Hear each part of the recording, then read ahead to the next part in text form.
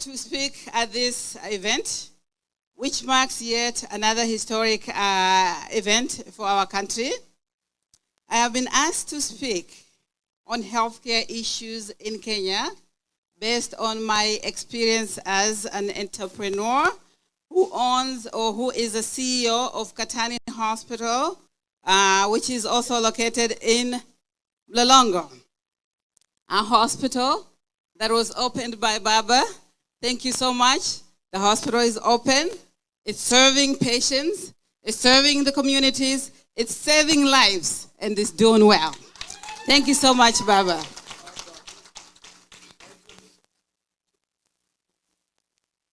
I do know that providing health care for all Kenyans is at the core of your vision, Baba, for the country. In the limited time that I have, I will highlight a few issues, 3 issues, that I believe I have experienced myself, that I believe are very important for healthcare in Kenya. One of the issues that I know is that we need affordable healthcare. Healthcare is expensive in Kenya. Most of the people in Kenya, 46% of the Kenyans live in poverty. They are not able to afford health care. When a patient goes to the hospital, I myself have witnessed this.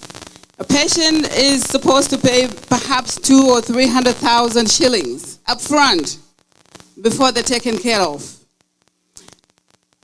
If a patient falls sick at night, where will they get 200 or 300 shillings to pay for health care or to pay for care before they're admitted? Baba, you can do something about this so that health care can be affordable for the basic mwananchi. Let us work it so that every Kenyan can have access to care. The other issue is accessibility. There are not so many hospitals in Kenya. What happens is the few hospitals that are available, we have people who live in the villages and they're having problems or they're having trouble accessing care. They're having trouble accessing care that they need. For example, I have a mama who lives in Kakamega, down in the village, and needed care for cancer treatment. They needed cancer treatment. But they had to travel to Nairobi. One is that they do not have money to live in a hotel in Nairobi because they did not have any relatives in Nairobi. But they had to figure out how to live in Nairobi for 3 to 4 months that they were undergoing care. That put a lot of strain on this mama. She had to sell her land. She had to sell the cows that she had. She had to sell a lot of things to be able to get care in Nairobi. Baba, we can do something about this. And I know that you can. I know you can. The other issue is medication. I do know that with our current system, a lot of patients utilize the chemists for medication and even for diagnosis. When a patient falls sick, many of them end up in the chemist and request for certain medications. Let me give an example of a young boy who complained of headaches and went to the chemist to talk to the chemist, who advised him to take Panadol for the headaches. The headache was persistent. And what happened is that with the persistent headaches, he was misdiagnosed that he had just headaches. But this patient had a tumor, had a brain tumor, which was not diagnosed because he was not seen by a practitioner that is specialized in cancer. And the patient eventually died because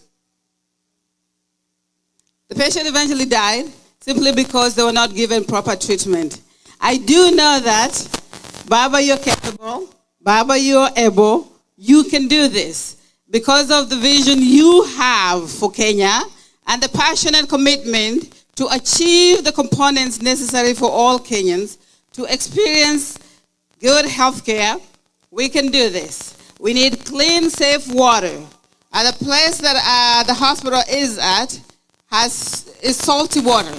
The water is salty, and because of that, we have children coming up with hypertension or high blood pressure because of too much salt in the water.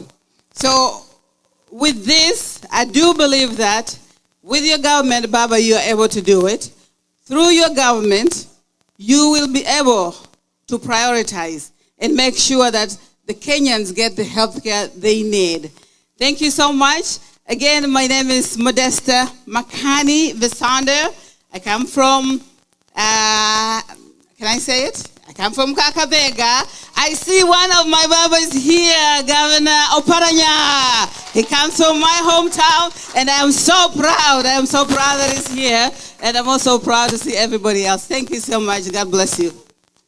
Thank you so much, Makofi, for Mama Modesta. Thank you so much. And we all know that the youth are no longer the leaders of tomorrow, but leaders of today. Do you agree with me? So with this, Wakenya mko? Ai, Wakenya mko? I would like to invite John Irungu, representing the youth, to come and speak for at least 4 minutes. Keep it short, Bwana John Irungu.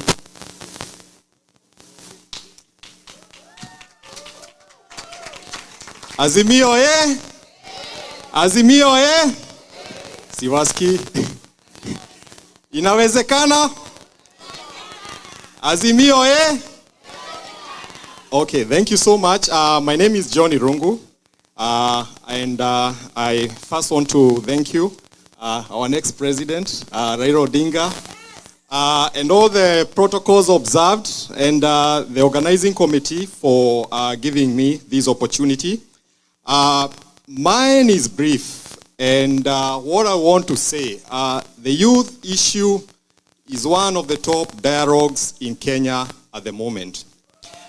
And if there is anyone who has done much for the youth, the political representation that we have in our local assemblies, where young MCAs are able to represent their partners, that constitution was ushered in by our next president, Raila Odinga.